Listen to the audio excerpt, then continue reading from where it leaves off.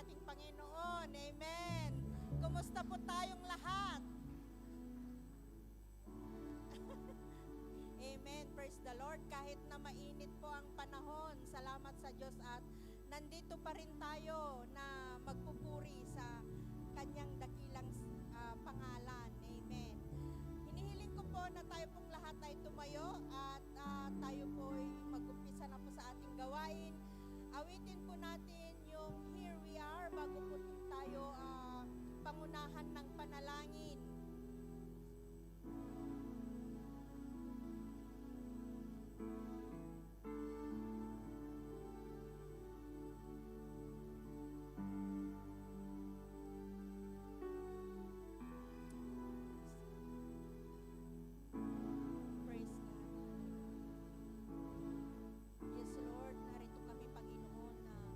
Magpupuri sa iyong dakilang pangalan sa oras na ito. Kasiyasatin mo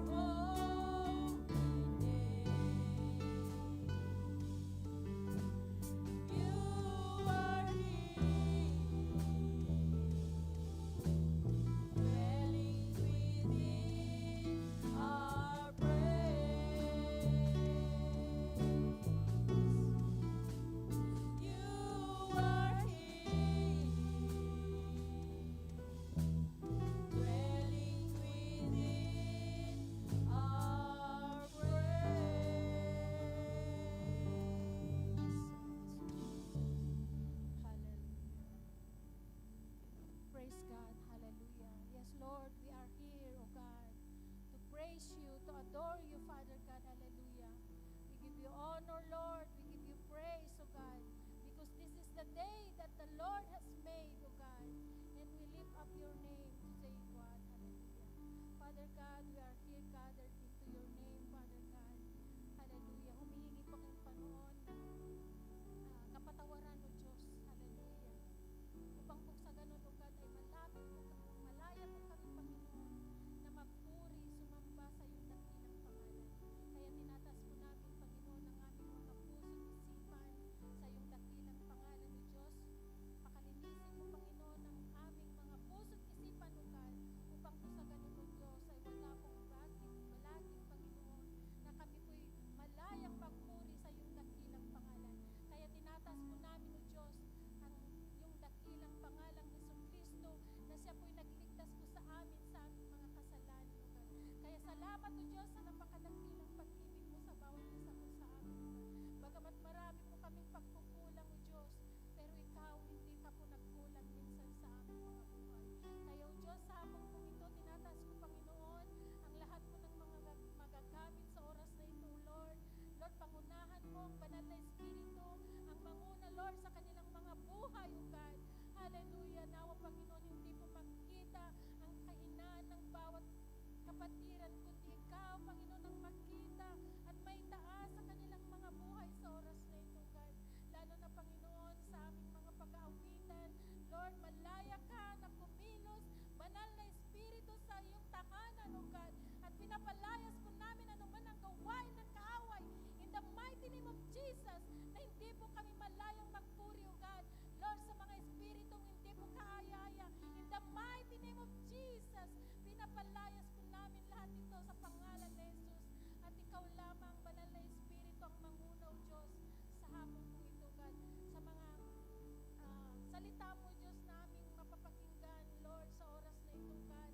Lord, manguna ka, Panginoon, sa iyong gagamitin.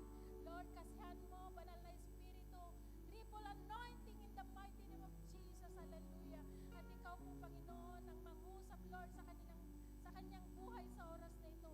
At sa mga kapatiran pa na wala po, Diyos, sa oras na ito, malaya ka, Panginoon. Gabayan mo po sila kung nasa kanilang mga daan. Saan man po sila, O God, iparating mo, Diyos, sa ang kanilang mga buhay upang magkaisa mo kami, Panginoon, na magpuri at itaas ang iyong dakilan na pangalan sa oras na ito. At sa mga hindi po nakarating, Lord, sa mga nanonood, Panginoon, sa live stream, oh, hallelujah, mangusap ka rin mo, Lord, sa kanilang mga buhay. Sa aming mga kapatiran na nasa bakasyonan, Lord, Father God, Lord, let your protection upon them, oh God, hallelujah, ikaw po manguna sa bawat kapatiran, O Diyos. Sa bawat pamilya, Lord, sa oras na ito, manguna ka na po, Panginoon, sa pamilya ng Christ ni Master. Tinatas ko po lahat ito sa pangalan ni Jesus. In Jesus' name, Amen. Thank you, Lord. Amen. Praise God. Hallelujah. Bago po tayo pumunta po sa pag-aawitan, wini-welcome ko po ang buhay ni Brother Bernardo, nakasama natin ngayon sa oras na ito. Welcome po, kapatid. Hallelujah. Dahil sa tagal ng panahon, nandun ka sa Pilipinas, at muli, pumunta ka sa Pilipinas, nagbakasyon at muli ka na naming makakasama sa oras na ito. Salamat sa Diyos. Amen. Welcome po at si Berlin Joy. Welcome din. Hallelujah. At nakasama namin ulit kayo sa oras na ito. Sa mga kapatiran na nanonood dyan, nanonood, samahan po ninyo kami na umawit, magpuri sa Panginoon. Amen. Sama-sama po tayong lahat na umawit para sa ating Panginoon. Amen. Forever, hallelujah. Tayo magpasalamat sa pamamagitan ng pag-aawit para sa Panginoon. Hallelujah.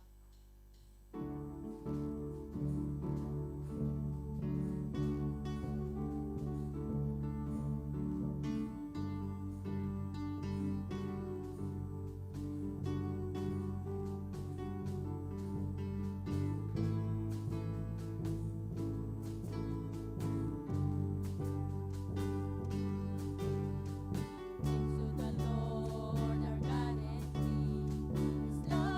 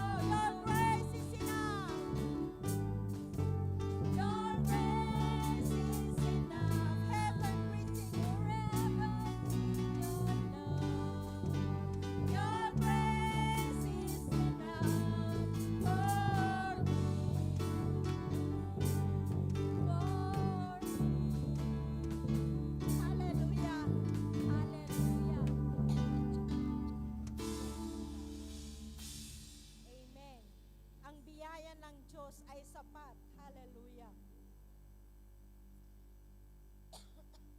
Sapat sa bawat isa sa atin, mga kapatid.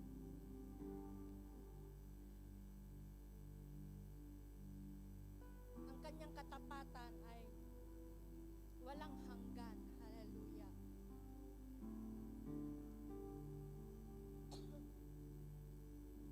Yes, Lord.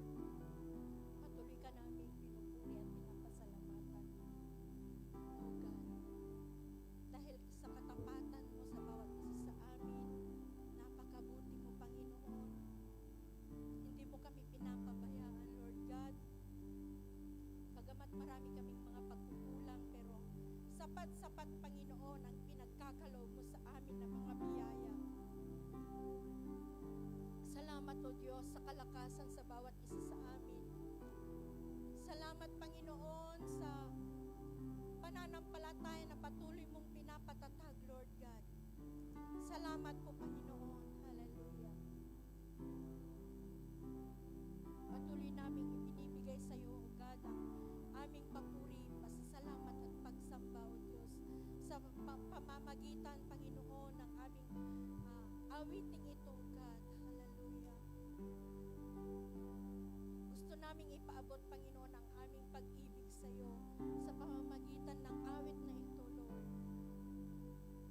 Pag-ibig, pasasalamat, Lord God, sa kabutihan mo sa bawat isa sa amin. Hallelujah. Yes, Jesus.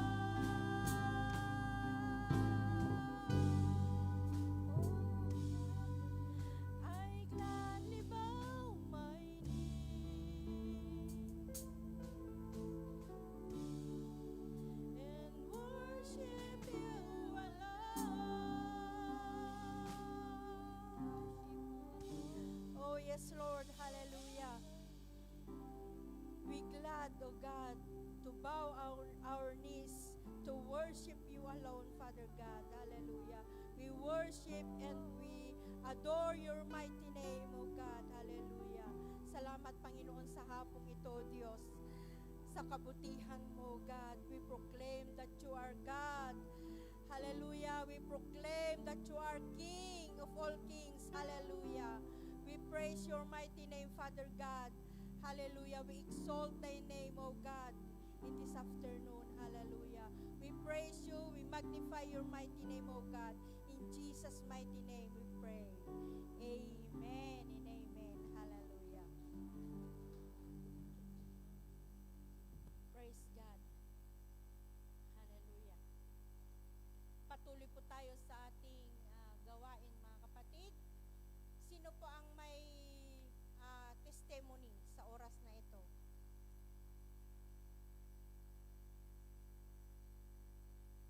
Testimony? Walang magti-testimony. Praise God. Mabuti ang Diyos sa ating mga buhay. Hallelujah. Dahil kahit na napakainit ang panahon, nandito pa rin tayo. Hindi nagiging hadlang ang init. Hallelujah. Sa pagpupuri natin sa Panginoon. Amen. So tinatawagan ko na po ang mga young people na sila po ang magbibigay ng awit habang tayo po ay nagbibigay ng ating mga kaloob sa Panginoon. Amen.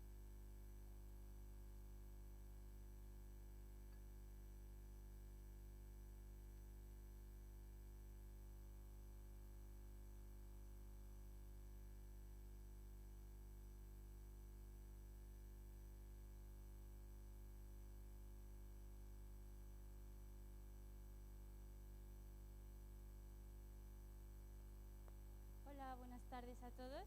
Bueno, somos el Young People y vamos a cantar una canción titulada Deep Cries Out.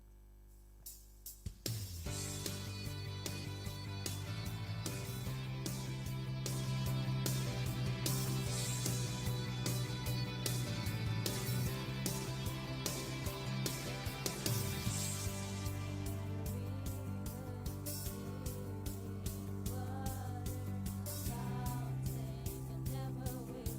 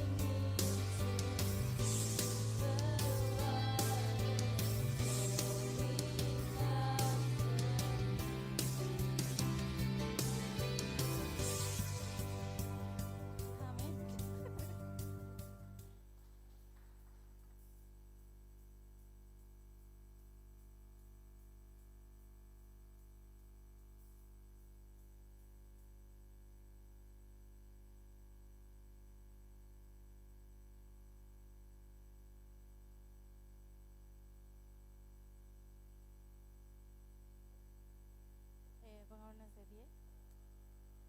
Señor, damos las gracias por el día de hoy, por tu gran bendición, Señor. Bendice estas ofrendas que hemos dado hoy, bendice los corazones, las manos y el alma de la gente que ha dado, Señor, para que tu reino sea más grande, Señor, y que pueda llegar a más vidas. Te damos las gracias, Señor, porque eres tú quien nos provee, quien nos da bendiciones día a día. Y esto que de las ofrendas no son nada, Señor, en comparación a tu gloria y a tu misericordia y a tu bondad y a tus bendiciones. Te damos las gracias, Señor, porque siempre estás con nosotros y siempre nos provees de todo lo que necesitamos. Te damos las gracias también por la gente que nos ha dado, porque sabemos, Señor, que hay veces que no se puede dar siempre, pero sabes tú, Señor, que sus corazones están llenos de ti. Te damos las gracias en el día de hoy, en nombre de Jesús. Amén.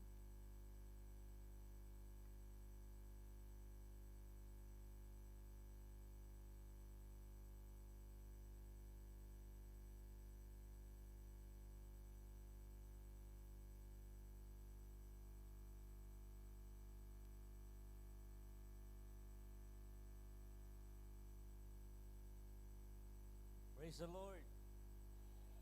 Praise the Lord. Batiin po natin yung ating mga katabi. Meron ba kayong mga katabi, mga kapatid? Ngitian naman.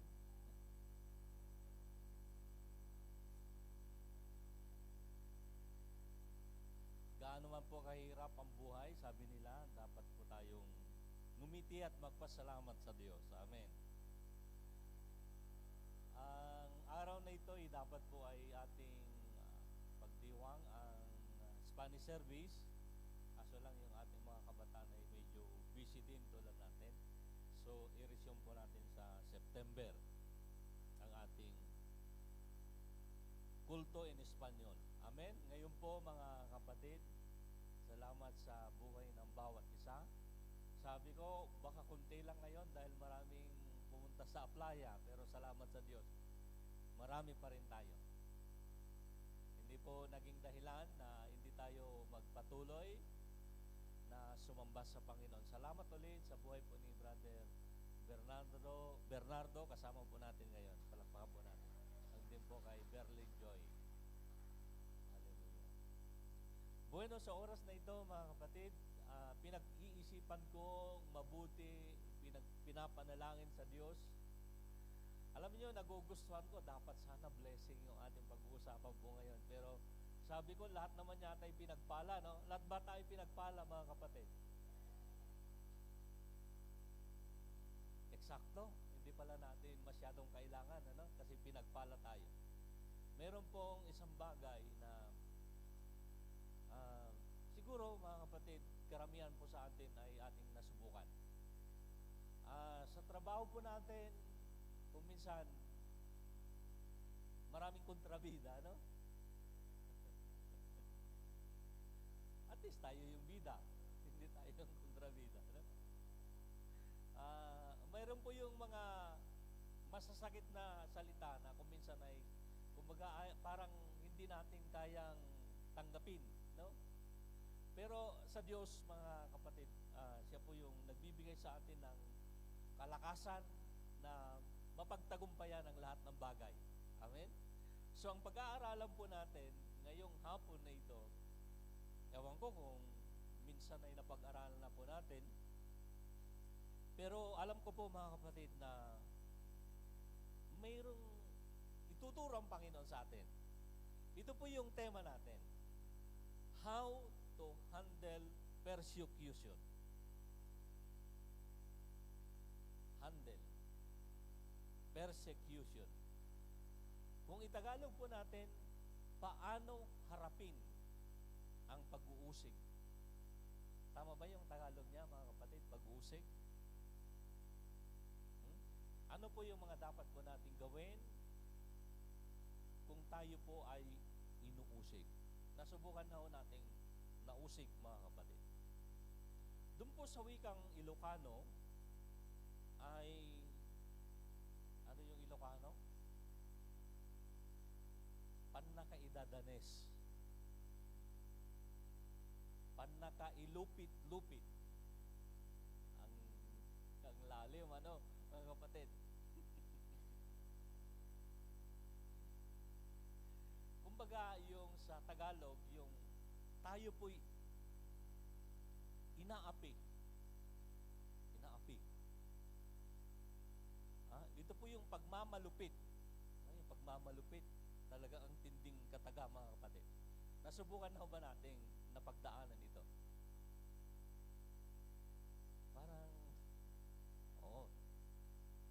So sa mga nakaranas, mga kapatid, paano ho natin napagtagumpayan? Ano po yung ating mga ginawa? Umarahil ngayon ay dumaranas po tayo ng ganito pong sitwasyon sa buhay. Ano po ang dapat po nating gawin? Sa mga pakete, mayroon pong nakalagay na handle with care. Kinakailangan ang pagbuhat, ang paghatak, maingat. Kasi madali hong mabasag yung nandun sa loob. Kaya linalagyan ng prahil o fragile. Madaling mabasag. Kinakailangan maingat. Tayo pong mga Kristiyano, kinakailangan i-handle nating mabuti. Maingat nating ang ating mga hakbangin kung tayo po'y dumaranas sa ganito pong mga sitwasyon. Tayo po'y sumandaling manalangin. Iniimbitan ko pong bawat isa na kayo po'y makitayo, mga kapatid. Dakilang Diyos, sa oras na ito, nahayag na po ang tema na aming pagbubulay-bulayan sa oras na ito. Inihiling muli namin, O Diyos, na kayo po ang manguna sa aming pag-aaral na ito. Muli mo kaming bigyan ng tamang pag-unawa, karunungan na galing sa iyo. Pangunahan mo ang iyong labang lingkod, maging din po mga kapatid na ito, na makakasama ko po, Diyos, sa pag-aaral sa aralin na ito. Alam po namin, O Diyos, na muli mayroon kang dapat o karapat-dapat na ituro sa amin buhay. Higit sa lahat, kami pong mga sumasampalataya at naglilingkod sa inyo. Salamat po, ito na po ang aming dalangin at hiling sa pangalan ni Jesus na aming tagapagligtas. Amen and Amen. Maari na po kayong umupo, mga kapatid. Ito pong word na persecute, ang sabi po niya, to harass. Alam niyo yung word na harass? Atake. With cruel. Alam niyo yung cruel, mga kapatid? Yung inhuman, hindi makataong pag-atake of oppressive treatment. Yung pong mapang-aping pagtrato o mayroon pong kasamang kaparusahan. Yun po yung tinatawag pong persecute. Sa unang panahon, sa mga sinaunang mga Kristiyano, kung titignan po natin ang aklat po ng Acts chapter 22 verse 4, inuusig ang mga Kristiyano, hindi lang po simpleng pag-uusig, ito po ay nagtatapos ng pagkabilanggo at kamatayan. So matindi noon, mga kapatid. So sa ating mga sitwasyon ay sino na ho sa inyo ang nabilanggo sa paglilingkod sa Diyos? Wala pa naman dito, mga kapatid, kung namatay dahil sa paglilingkod sa Diyos. Pero sa bansang Nigeria, hindi po lingid sa ating kaalaman, ng mga Kristiyano, mga kapatid, sila po ay kinukulong, sila po ay pinapatay, yung mga iba sinusunog. Grabe, mga kapatid? Ang pag-uusig sa Nigeria. Salamat sa Diyos, hindi pa po natin naranasan. Dito po sa Espanya, malaya pa rin po tayong sumamba. Bagamat kung minsan mayroon pong mga dinonsya, dahil maingay ang mga Kristiyano sa pagsamba, mga kapatid. Pero, wala naman pong nakukulong pa dito na pumunta ng simbahan. Meron na balita ba kayo, mga kapatid? Wala pa naman. So, salamat sa Diyos, mga kapatid. Pero sa ano pong sitwasyon tayo po'y inuusig? Gusto pong basahin po natin ang ating teksto, mga kapatid. bago po tayo magpatuloy. Dito po sa Juan, sa Kapitulo 15, versikulo 17 hanggang 21. Gusto ko pong basahin po natin. Ito nga ang utos ko sa inyo. Ito po kasi yung mambungad, mga kapatid. Magmahalan kayo. Mamaya ho, sasabihin ko po sa inyo bakit. Sa bungad pa lang, mayroon ng utos. 18. Kung napuput sa inyo ang sanlibutan, alalahanin ninyo ako muna ang kinaputan nila bago kayo.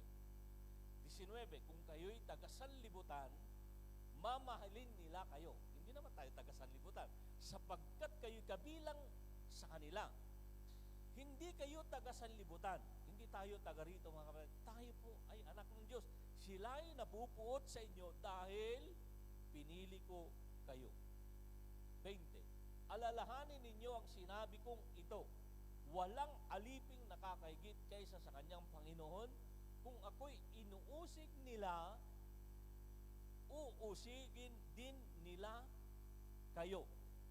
Kung sinusunod nila ang aking sinasabi, susundin rin nila ang inyong sasabihin. Versikulo 21, mga kapatid. Subalit, ang lahat ng ito'y gagawin nila sa inyo dahil kanino? Sa akin. Dahil sa Diyos. Sapagkat hindi nila kilala ang nagsugo sa akin. Meron pa kayong napansin doon, mga kapatid? Kapupuotan tayo. Uusigin tayo. Pero mayroon pong naunang inusig ang ating Panginoong Yesus bago po tayo. Ngayon, ang aking tanong, mga kapatid, nakakaranas ba tayo ng pag-uusig sa kapanahonang ito? Meron po akong nabasa sa aklat ng, I think sa aklat po ng Mateo. Ang unang uusig sa atin, lalong-lalo sa ating paglilingkod sa Diyos, ay hindi yung ating mga kapitbahay. Kundi ang sabi niya doon, ang tatay sa kapatid, sa ama, sa anak. Kumbaga, mga kapatid, ang unang uusig sa atin ay yung ating kapamilya. Di ba, nung pumunta kayo ng simbahan, nung nag-attend kayo ng born again church, di ba? Sinong unang umusig sa inyo? Sinong unang nangutya sa inyo? Di ba, yung nanay mo, yung tatay mo, yung kapatid mo, o yung kapitbahay? Sila yung una, mga kapatid. Sasabihin nila, nasisiraan tayo ng bait, ano ba yung ating napasukan, di ba? Nababaliw na tayo. Sila po yung unang umuusig sa atin.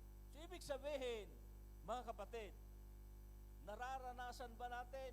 Oo. Pero kung minsan, mga kapatid, mayroon po yung mga bagay na hindi naman tayo talaga inuusig. Pero pakiramdam po natin, kasi yung word na pag-uusig, mga kapatid, ito po yung napakatindi. Kung minsan, hindi ka lang matanggap, o ikaw tinanggihan, sinasabi mong inuusig ka na. Bakit hindi po natin tignan po yung sitwasyon? Hindi nila maintindihan yung ating sinasabi. Sinasabi na ho natin, tayo inuusig. Ano ho ba talaga ang pag-uusig? Balikan po natin, mga kapatid, yung ating introduction po kanina. Pag-uusig. Sa Ilocano, panakaidadanas, panakailupit-lupit, pang-aapi. Ibig sabihin, mga kapatid, pinagmamalupitan po tayo. Kumbaga, yung tatapakan yung ating pagkatao. So dito po, mga kapatid, pati po sa ating binasa, bakit inuusig ang mga Kristiyano sa kapanahunan dito po sa ating binasa. Versikulo 18. Gusto ko pong basahin po natin, mga kapatid. Pansinin po natin kung bakit sila ay inuusig. 18. Kung napupuot sa inyo ang sanlibutan, alalahanin ninyong ako muna ang kinapuutan nila bago kayo. So kung tayo po'y inuusig, kinapuputan po ng mundong ito, mayroon na pong naunang kinaputan, walang iba po ng ating Panginoong Hesus. Amen. So ito po yung dahilan, mga kapatid. Versikulo 19. Basahin po natin. Kung kayo'y taga-sanlibutan, ano pong tinutukoy po ng taga-sanlibutan? Yung hindi sumasampalataya. Naintindihan niyo ako, mga kapatid? Ang tinutukoy pong taga-sanlibutan ay hindi mananampalataya. Hindi po Kristiyano. So kung hindi ka Kristiyano, hindi ka kapuputan. Kasi kasama ka eh. O hindi. Kundi ikaw ay kanilang mamahalin. Nasusundan niyo ako, mga kapatid? Sapagkat kayo'y kabilang sa kanila. Kasama mo sa tungitan, eh hindi ka uusigin. Pag sumampalataya ka, naging born again ka, naglingkod ka sa Diyos, uusigin ka. Nasusundan niyo ako, mga kapatid. Hindi kayo taga-sanlibutan. Ibig sabihin, mga kapatid, hindi na tayo taga rito. Hindi na tayo makumundo. Kundi tayo po ay Kristiyano. Kaya nga po, napuput na sila sa atin dahil may pumili sa atin. May tumawag sa atin, ang Diyos. Nasusundan nyo yung itong pagkasunod-sunod, mga kapatid? Napuput na sila sa iyo, inuusig ka na dahil ikaw ay naging anak ng Diyos.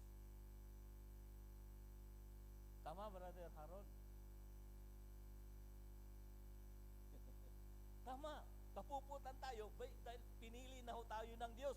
Hindi na tayo taga-sanlibutan. Amen. Yun po, mga kapatid. Versikulo 20, ulitin po natin ulit. Alalahanin ninyo ang sinabi kong ito, walang aliping nakakahigit kaysa kanyang Panginoon kung ako'y inuusig nila. Sino pong nagsasalita? Ang ating Panginoong Hesus. Kung inuusig o inusig ang ating Panginoong Hesus, tayo na kanyang pinili ay uusigin din.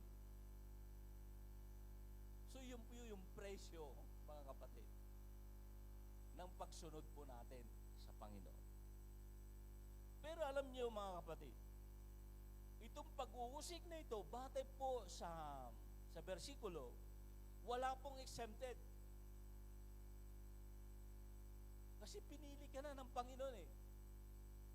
Hindi po ibig sabihin na, Lord, pinili mo na ako, born again ako, Kristiyano na ako, sumasampalataya, kinakailang exempted ako.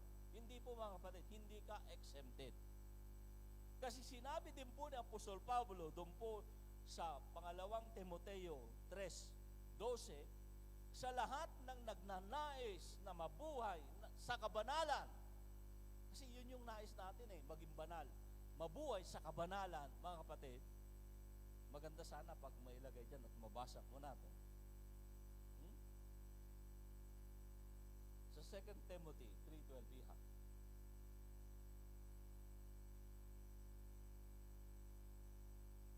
Para mabasa man. Gayon din naman ang lahat ng nagnanais mamuhay ng matuwid bilang tagasunod ni Kristo Jesus ay daranas ng mga pag-usig. Ganito yon, mga kapatid. Pag hindi ka mamuhay sa katuwiran, hindi ka uusigin. Di ba sabi niya kanina, dahil mamahalin ka at kasama ka nila. Dahil, mga kapatid, ikaw ay nagbago na, ikaw na itinawag ng Diyos, sinasabi po dito, daranas ka ng pag-usig. Kaya pag inuusig ka, magpasalamat ka. Yun po yung tanda na mayroon nang nabago sa iyong buhay. Maliwanag, mga kapatid? Pero pag hindi mo pa nararanasan ito, mayroon pong question mark. Baka wala pang nabago. Wala pang kabanalan na nakikita sa iyong buhay. Kasi hindi ka naman uusigin pag nakaganya-ganyan ka pa rin, nakaganon-ganon ka pa rin. Uusigin ka ba? Kantyawan da ka, Ilocano, no umay ka agsimba, makita da ka kakasjipay lang, kadagkakasjipay lang. Hindi po, mga kapatid. Pero pag nakita nila na mayroon ng pagbabago sa ating buhay, doon na po mag-uumpisa na tayo po ay uusigin. Tama, mga kapatid? So dito po, sa kabila ng pag-uusig sa atin, mga kapatid, huwag kayong magdamdam. Huwag kayong masaktan. Kasi sinabi po ng banal na kasulatan sa Mateo sa kapitulo 5, versikulo 11. Basahin po natin. Ano daw? Sabi sa Matthew chapter 5. Mapalad ang mga nilalait at inuusig ng mga tao. Paano tayo maging mapalad, mga kapatid? Nilalait ka na, iniinsulto ka na, inuusig ka na, pero ang sabi ng Bible, mapalad ka pa rin. Bakit kaya? At ang sabi at pinaparatangan ng lahat ng uri ng kasamaan, bawang kasinungalingan, ng dahil, mga kapatid, tandaan po natin yung word, dahil. Kanino? Sa Diyos. Kaya sinabi po, mga kapatid, kung tayo po'y inuusig dahil sa Diyos, dahil sa iyong pagiging Kristiyano, tayo po'y mapalad. Pero pag inuusig ka dahil chismosa ka, hindi ka mapalad. Ang sinasabi lang na mapalad ay dahil sa paglilingkod natin sa Diyos. Naunawaan niyo ako, mga kapatid? Kaya pag kayo inuusig, dahil sa iyong pagpunta-punta ho dito, pagsamba, paglilingkod sa Diyos, tayo po ay mapalad. Yan po ang sabi po ng Bible. So ngayon, mga kapatid, ano pong mga dapat po natin gawin? Kanina ho, nakakaranas ba tayo? Opo, nakakaranas po tayo at sinabi pang tayo mapalad. So mga kapatid, anong dapat po natin gawin pag tayo po inuusig? Wala lang ba? Wala lang ba tayong gagawin pag tayo inuusig, mga kapatid? Pinagsasabihan po ng mga masasakit, ng masasama. Wala lang ba? Meron ba tayong gagawin, mga kapatid? Anong gagawin natin? Marami po tayong mga dapat gawin, mga kapatid. Kinakailangan po natin hanapin, lumapit sa Diyos sa pamagitan po ng panalangin. Kung kayo may problema, kung kayo po may inuusig, kung mayroon kayong karamdaman, anong ginagawa po natin? Lumalapit sa Diyos. Alam niyo si Haring David, mga kapatid, nung panahon na, alam niyo, yung hari noon, kaliwat kanan ang kaaway. Tayo din. Mayroon pong sa likod, sa harap, sa kaliwa, sa kanan. Ang dami ho nating mga kalaban. Ano? So, anong gagawin po natin? Kaliwaan ng pag-uusig. Lumapit sa Diyos sa pamagitan po ng panalangin. Dito po si Haring David, mga kapatid, sa Salmo sa 27, 1 hanggang 5. Gusto pong basahin po natin para at least maintindihan po natin. Bagamat po, nandun po sa versikulo 4 at 5, yung gusto ko pong sabihin sa inyo para lalo po nating maintindihan. Medyo mabagal yung ating taga-ano ngayon. Excited nang pumunta ng Palma.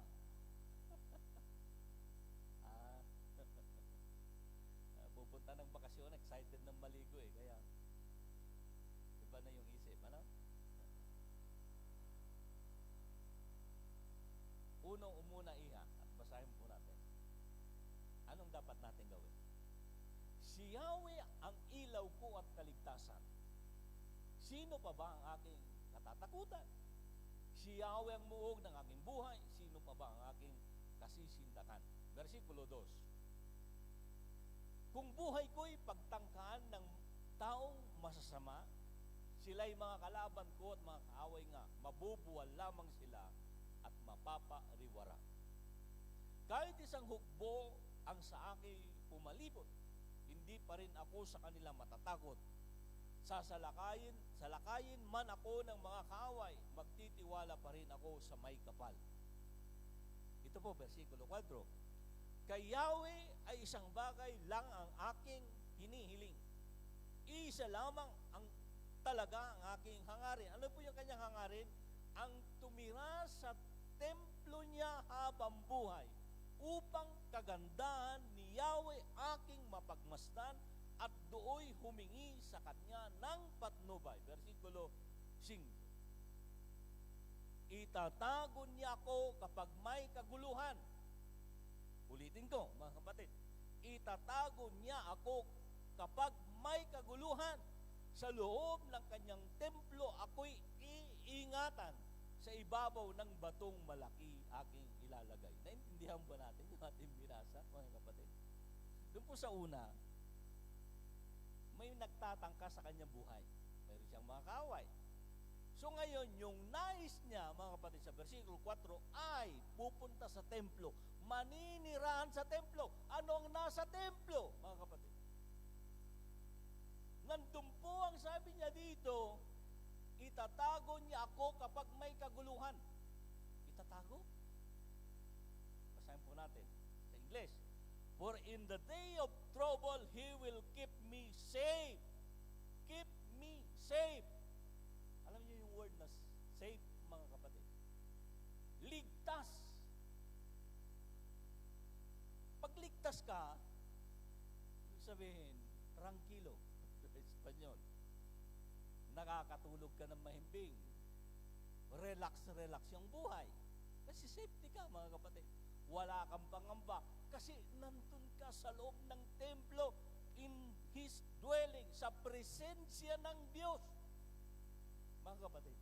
So ano man po yung mga pag-uusig sa atin, mga paninira, mga pag-iinsulto, pananakit na salita, mga kapatid. Kung tayo ay nasa presensya ng Diyos, di ba? Nandun po yung peace of mind. Tignan po natin, basahin po natin, mga kapatid. Kung ngayon kayo po'y inuusig, uusigin dahil sa iyong pananampalataya sa Panginoon. Gusto ko po basahin po natin ang 2 Corinthians chapter 3, verse 17. Basahin po natin. Ang Panginoong binabanggit dito ay ang Espiritu.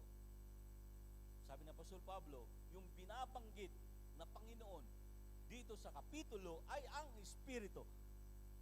Ano naman po yung Espiritu? At ang Espiritu ng Panginoon ay nagbibigay sa atin ng kalayaan.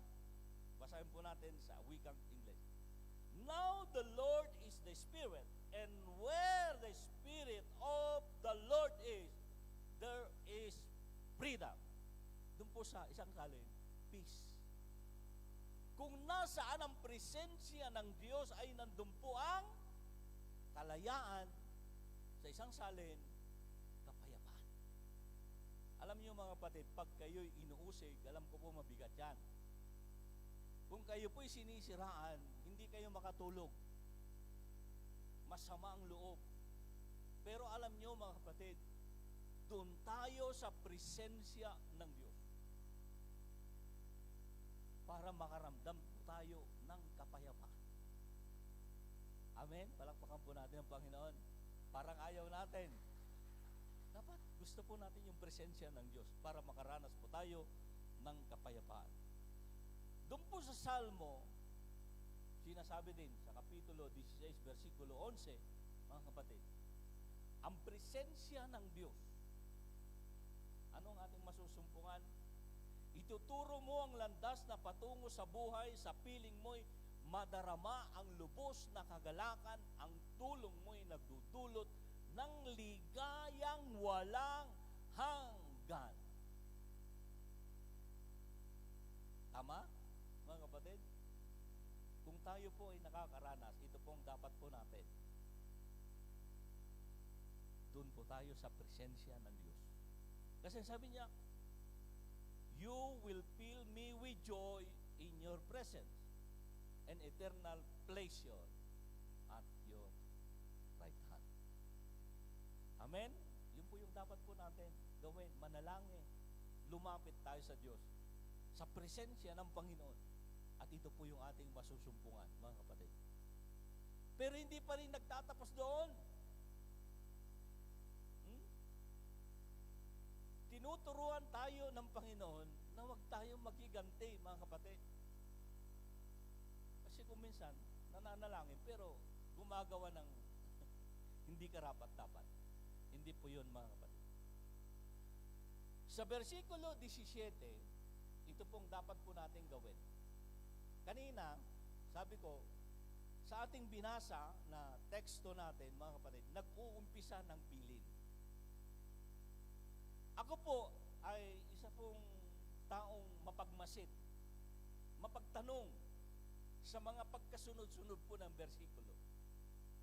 Binasa ko mula sa una hanggang dumating po ng bersikulo 17 ang pagbaba, parang kumbaga hindi related. Sabi ko, hindi aksidente na inilagay itong bersikulo dito, mga kapatid. Iniisip ko, bago po yung topiko tungkol po sa pag-uusig, mayroon ng bilin ang Panginoon. Ano yung bilin? Balikan po natin iha. Doon po sa ating konteksto kanina. Versikulo 17. Ito ang utos ko sa inyo. Nag-utos po ang ating Panginoong Hesus.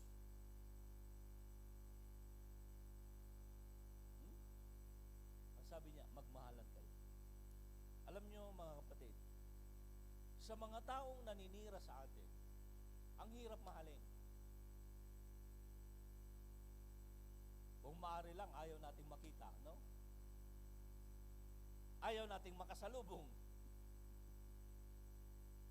O okay lang sa inyo, mga kapatid? Hindi. Yung naturalidad natin bilang tao, mga kapatid. Pag tayo'y nasaktan, tayo inuusig, sinisiraan, ayaw natin makita yung tao. Di ba? Pero ang bilin po ng Panginoon, magmahalan kayo. Ibigin po natin, mga kapatid. Bakang tanong nyo, Pastor, mayroon bang supporting verse ba yan? Mayroon bang sinabi na pati yung nag-uusig? Kasi dito, pag sinabi, ito yung utos ninyo, magmahalan kayo. Magmahalan lang. E sino yung mga dapat nating mahalin? Mga kapatid. Alam nyo yung mga, ito po yung nakakalungkot na realidad, mga kapatid. Bigyan po natin ng ehemplo. Hindi ko sana dapat pong iset na example ito kasi yung mga disipulo ang gumawa, no? Pero ito po inaano lang, mga kapatid, na tao din sila na tulad natin, ano? Nagkamali, nagbago, tayo din nagkamali at binabago ng Diyos. Yan po yung mahalaga, mga kapatid. Basahin po natin para mas maliwanag, mga kapatid.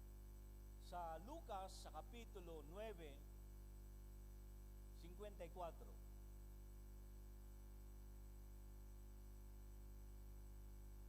Ang sabi dito, mga kapatid, nabasa na ho ninyo ito? Itong istorya na ito.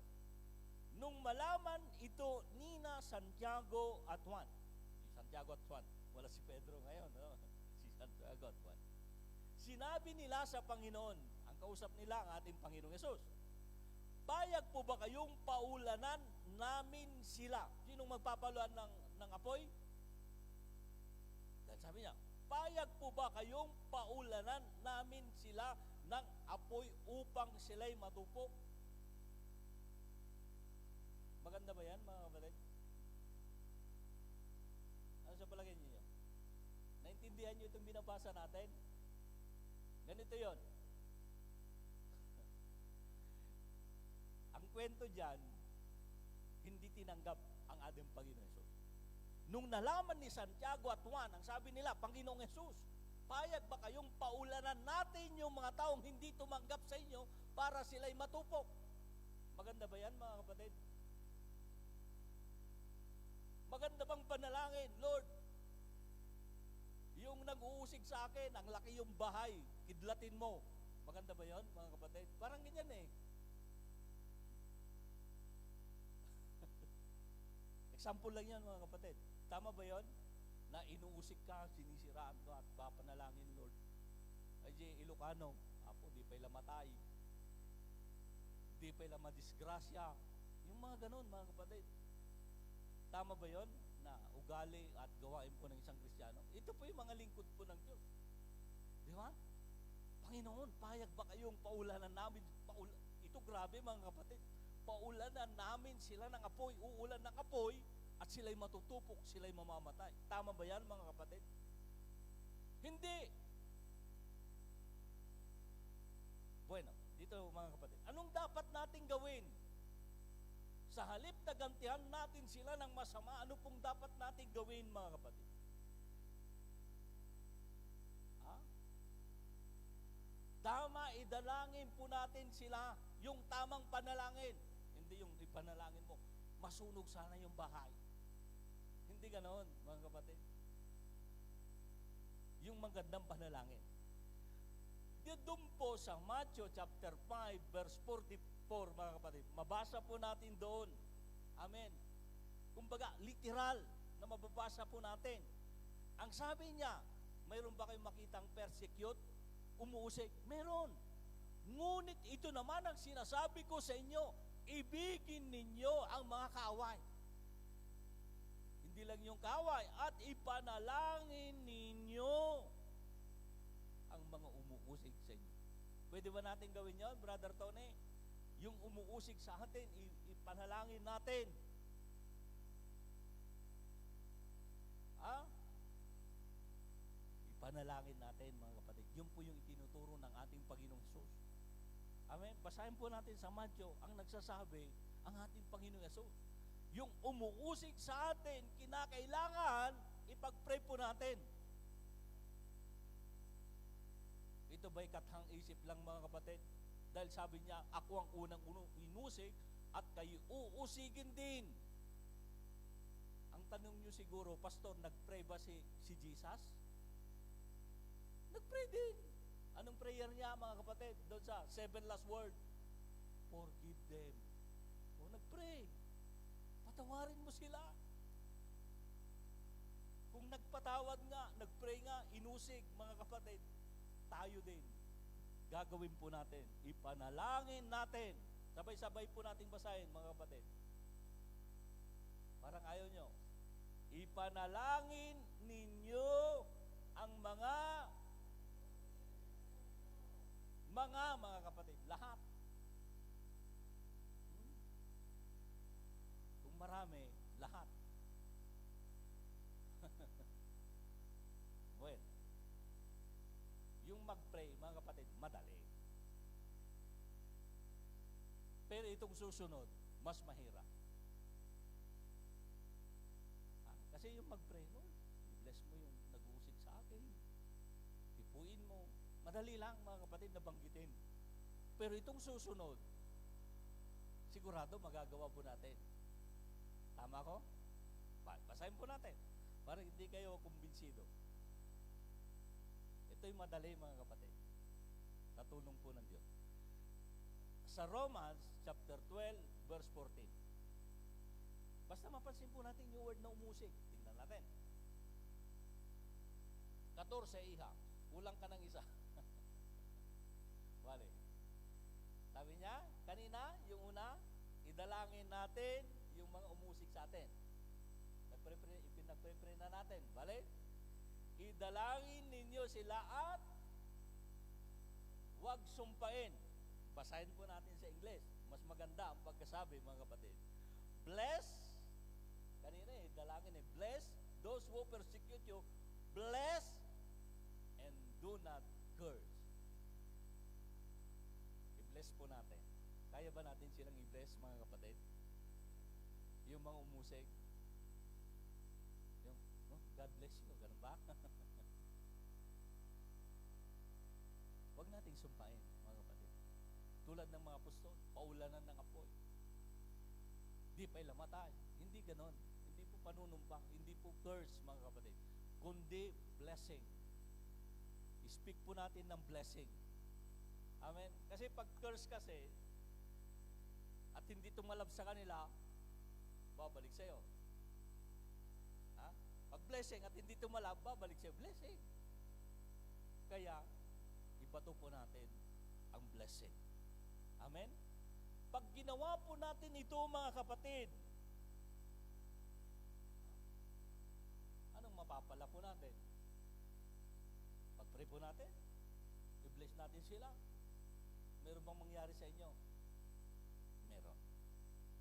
At dito na ho tayo magtatapos, mga kapatid. Dito po sa unang Pedro, sa Kapitulo 3, versikulo 9. Gusto ko pong basahin po natin. Ang sabi niya, huwag niyong gantihan ang masama ang gumagawa sa inyo ng masama. Huwag ninyong sumpain ang sumusumpa sa inyo.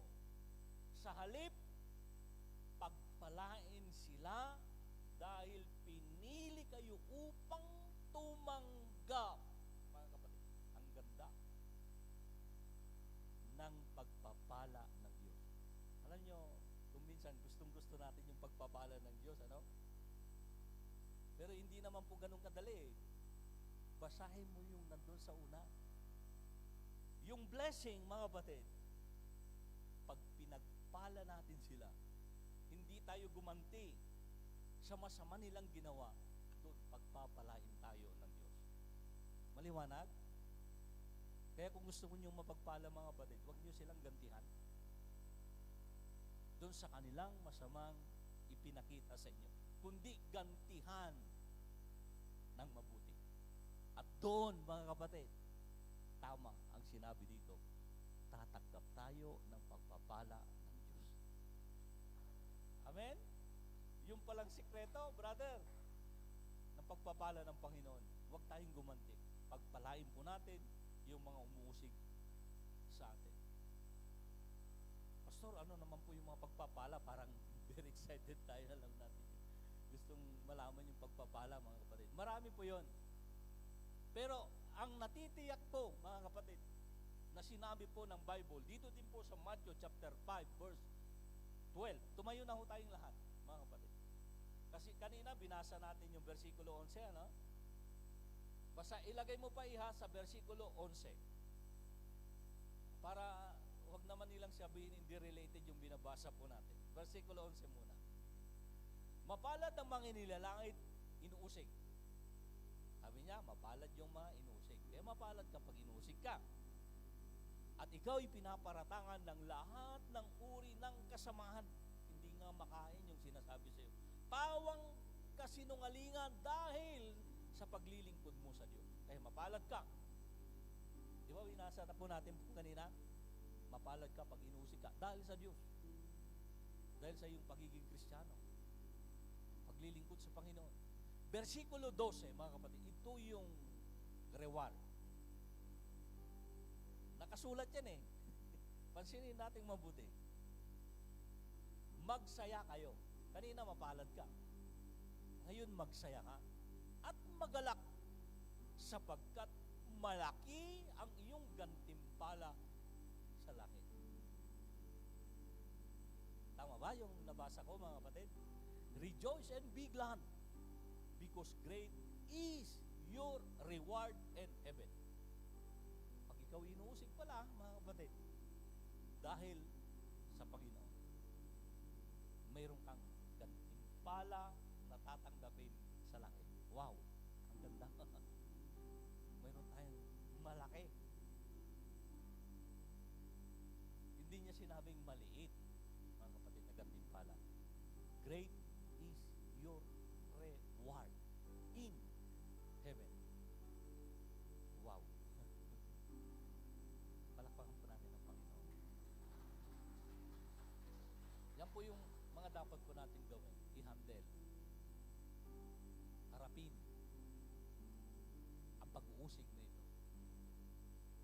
Dahil sa ating pagsunod sa Diyos, mga minamahal, binasa po natin, dahil sa kabanalan, tayo po'y uusig.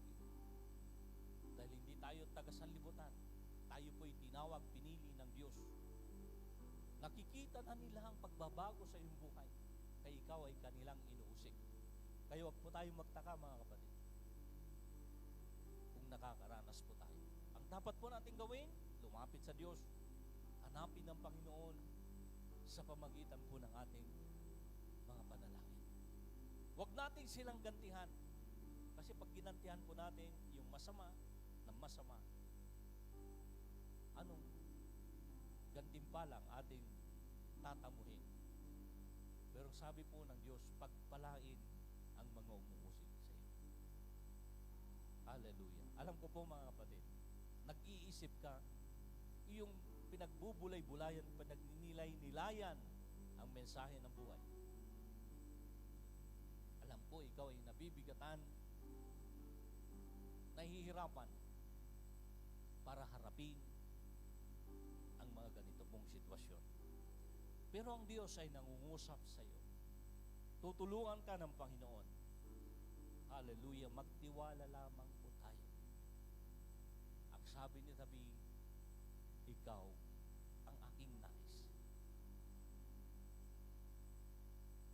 Ikaw ang aking sandalan. Mga kapatid, siya lamang po. Ang Diyos ang ating tagapagtanggol at maaasahan.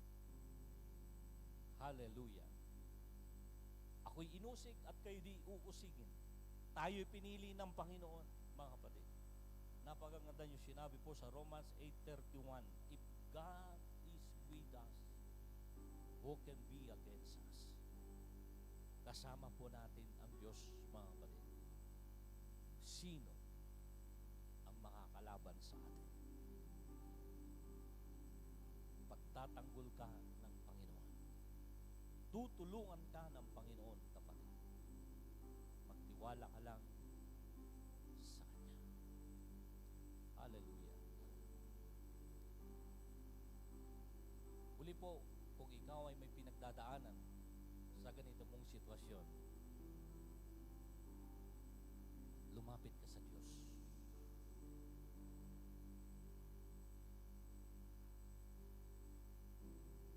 Lumapit ka sa Panginoon, kapatid.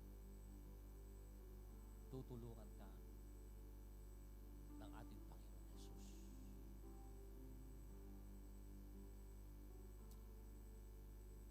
Alam ko po mahirap, pero mahirap para sa tao. Mahirap para sa iyo ay kayang gawin ng Panginoon. Marahil hindi mo pa naranasan, pero sa mga susunod na araw ay iyong mararanasan. Alalahanin mo lang ang mensahe ng buhay na binigay ng Panginoon sa oras na ito. At alam ko na iyong mapagtatagumpayan. Dakilang Diyos, sa oras na ito kami po'y nagpapasalamat. Dahil muli mo kaming kinausap sa pamagitan ng inyong mga dakilang salita. Binuksan mo ang aming kaisipan. Binigyan mo kami ng katalinuhan, karunungan, para maintindihan, O Diyos, ang bawat kataga namin pong napag-aralan. Salamat po, Diyos, dahil patuloy nandyan ka, tinutuwid, tinuturuan, ang bawat isa sa bawat hakbangin ng buhay ng paglilingkod, O Diyos. Kung paano po namin harapin ang ganito pong mga sitwasyon. Ano po ang mga dapat po namin gawin? Ano po, O Diyos, ang mga bunga, ang konsekwensya? Salamat, O Diyos, dahil kung kami po'y tatalima sa inyong mga utos, sa inyong mga salita, Panginoon, na mag-ibingan, magpatawaran, pagpalain at panalangin ang mga umusig sa amin. Kayo po ang nagsabi sa iyong mga salita na mayroong kaming tatanggaping malaking pagpapala. Salamat, O Diyos. Totoo at kami magtitiwala at manghahawakan ang inyong mga pangako at salita, O Diyos. Tulungan mo kami para ito aming mapaglabanan, mapagtagumpayan ang ganito pong mga sitwasyon aming mga buhay. Panginoon, salamat sa mga taong umuusig sa amin, aming mga kapamilya, na umahad lang sa aming paglilingkod. Kami po'y pinagtatawanan.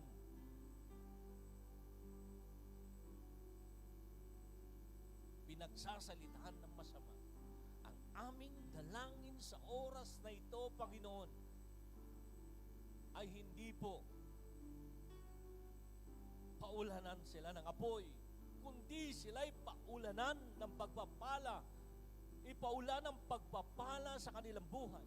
Ang kaligtasan, O Diyos, ay dumanak, O Diyos, sa kanilang mga buhay. Na sila din ay huliin mo sa paglilingkod. At sa mga susunod na araw, linggo, Panginoon, ay makakasama ng aking kapatid, ang kanyang nanay, ang kanyang tatay, ang kanyang asawa, ang kanyang mga kapatid, mga anak, kamag-anak, O Diyos, sa lugar na ito, para sila po ay sama-sama na maglingkod sa iyo. Panginoong Jesus, patuloy nilang makita ang kabanalan sa aming buhay. Ang inyong mga binago, para kami ay patuloy, O Diyos, na maging buhay na patotoo para sa kanila, na kami mag-ilaw. Kami po ang gagamitin mong instrumento para madala sa iyong paanan. I-bless mo, O Diyos, ang mga kapatid nito sa lahat ng umuusik sa kanila. Maraming salamat. Panginoong Jesus, aming Ama, patuloy po namin dinadalangin muli ang isang linggo ng aming buhay, na kami inyong ingatan, pagpalain sa lahat ng aming pupuntahan, sa mga maglalakbay papunta sa kanilang mga trabaho, anumang destinasyon ng kanilang mga bakasyon, Panginoon. Sa kanilang lahat ng kanilang mga sasakyan, paruroonan, ilayo mo sila ng kapahamakan.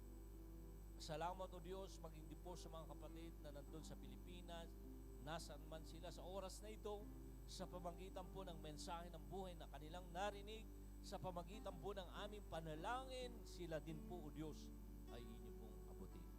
Salamat, O Diyos, pagpalain mo na pong bawat isa. Maging din po bawat pangangailangan, may mga karamdaman, anong klaseng pangangailangan. Salamat, O Diyos, dahil kayo po ang katugunan ng lahat. Salamat, Ama. Nais mo naming ibalik sa iyo lahat ang papuri at pagsamba sa araw na ito. At ito pong aming talangin sa pangalan ni Jesus na aming tagapagligtas.